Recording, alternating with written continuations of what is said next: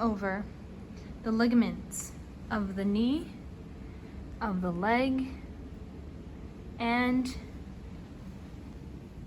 we will also be going over the muscles of the perineum region.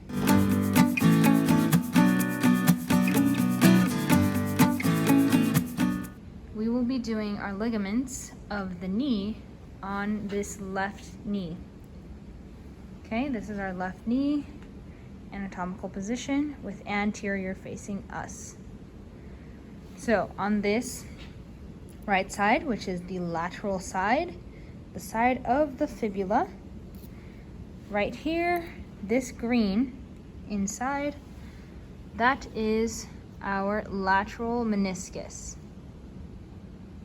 If we move over to the medial side, here, inside here, this is our medial meniscus. They are the cushion between the femur and the tibia.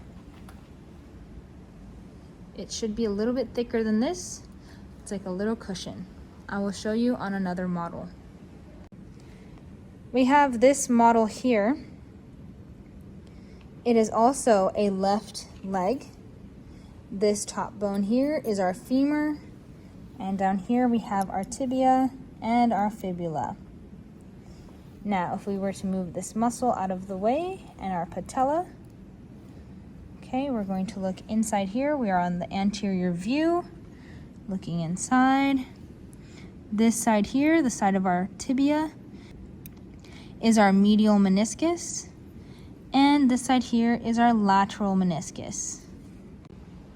Back to this model, surrounding the meniscus, it attaches the meniscus to the tibial plateaus, just around there. They surround all the way around. These are called coronary ligaments. Next, we have our transverse ligament. So this transverse ligament is this yellow here, and it connects the lateral meniscus to the medial meniscus. They connect each other here. I will also show it on a different model. Back to this model here with the patella removed. This is the femur, our tibia and fibula here. We have here this right here. This is our transverse ligament of the knee. So you can see it's connecting this lateral meniscus to this medial meniscus here. Moving on to our tibial and our fibular collateral ligaments of the knee. So, moving to the side of the fibula, which is our lateral, we have here this orange. This orange right here connecting the femur to the fibula. This is our fibular collateral ligament, or the lateral collateral ligament of the knee. Moving medially on the side of the tibia, we will have here the tibial collateral ligament, or the medial collateral ligament of the knee. I will also show it on another model. So we come to the lateral side and we see here our fibular collateral ligament, or the lateral collateral ligament of the knee. And moving to the medial side, we have here the tibial collateral ligament, or the medial collateral ligament of the knee. We have in here connecting the tibia and the fibula. This one that we see most anteriorly is our anterior cruciate ligament. The anterior cruciate ligament, it is oriented upward, it shoots posteriorly and laterally. We will now flip this leg over. We are now in the posterior view. So our tibias and fibula have switched sides. So our tibia is here, our fibula here, the femur up here. And we will now find the posterior cruciate ligament, this wired ligament here. So the posterior cruciate ligament, it is oriented upward, so it starts from down here and it shoots upward. Sorry, not this pink, okay? It shoots upward, it shoots anteriorly, so it points anteriorly, and also medially, because this is the tibia, it points this way like this. We'll now go for this pink ligament right in here. Remember, we had our posterior cruciate ligament, our anterior cruciate ligament.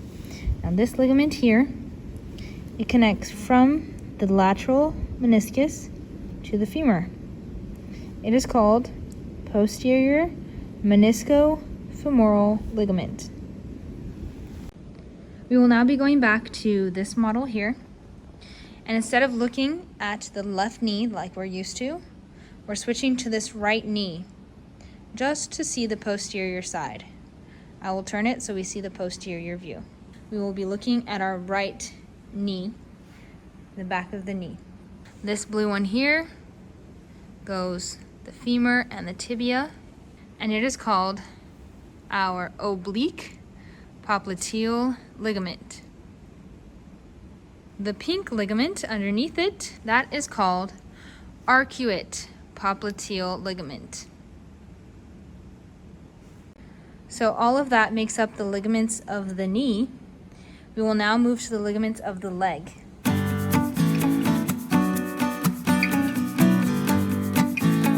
Right here, in between the tibia and the fibula, we have this dark blue ligament. That ligament there, it is called our anterior superior tibiofibular ligament. It is connecting our tibia and our fibula on the anterior side, and it is superior. If we turn our leg to view the posterior side, we also have a posterior superior tibiofibular ligament. If we move down our leg, we will get to this blue one here. So on the anterior side, connecting our tibia and fibula once more, but now inferiorly, we have here our anterior inferior tibiofibular ligament. And we have the same thing on the posterior side. On the posterior side of the leg once more, inferiorly, we have our posterior inferior tibiofibular ligament. On the leg, we also have in between the tibia and the fibula, marked there by pink, the interosseous membrane of the leg. Underneath our tibia and our fibula, we have a ligament. If we lift this up, and we are seeing underneath our tibia and our fibula, we see this pink ligament. That is called our transverse tibiofibular ligament. I will also show it on another model to make it easier to see. If we go back to this first model where we had our feet, this is a right foot. I'm going to turn so the posterior view is facing us, and I'm going to lift underneath, and that pink underneath there, that is our transverse tibiofibular ligament. The next and last ligament of the leg is this red ligament here. It is connecting the tibia and fibula right in between them. That red ligament there is called our tibiofibular interosseous ligament, right here. Back to the big skeleton model, we have here our tibiofibular interosseous ligament. And that concludes our leg ligaments.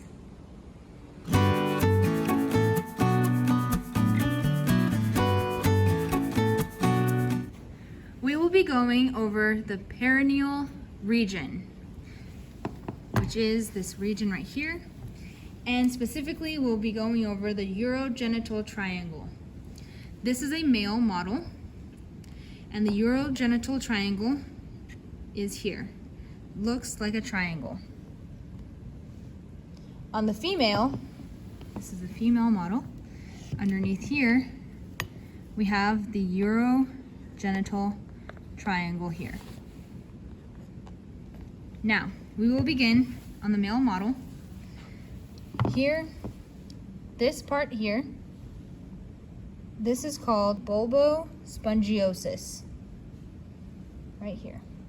On the female, it looks like this. On either side right here, here's the bulbospongiosis, and it's been cut off on this side, bulbospongiosis. Next, we will do the top area here, the top two borders of the triangle. This is called ischiocavernosus. Ischiocavernosus. On the female, it looks like this. Top two borders, ischiocavernosus. Okay. Then the bottom border of the triangle, the urogenital triangle, this bottom border, it is called the superficial transverse perineus. On the female, it is here underneath. We have here the superficial transverse perineus. Then we have a deep transverse perineus, which is the inside of the triangle. So this is our deep transverse perineus. And on the female, we will have the deep transverse perineus. All right, that is our urogenital triangle. We will now be doing the anal triangle, which we can only see on this female model since this male model has all of these intestines and everything else covering it. So we will move this to the side and we'll go to this female model. This is our anterior side here and our posterior where our spine is. Okay, so looking from the anterior and now superior view, we will have our pubococcygeus. Pubococcygeus goes from back here to up here. Goes from, this is the coccyx right here, so it attaches to the coccyx, and the pubis right here. This is our pubis, so pubococcygeus. And then on this side, it's been cut right here. It would also go all the way up. Our next one is our iliococcygeus. So these fan-like ones right here, connecting deeper to the coccyx right there, so and to the ilium, iliococcygeus, and on this side, iliococcygeus. Those two, along with another one called puborectalis, would come from here. It's been cut off here. Would come from the pubis and go straight down to the rectum.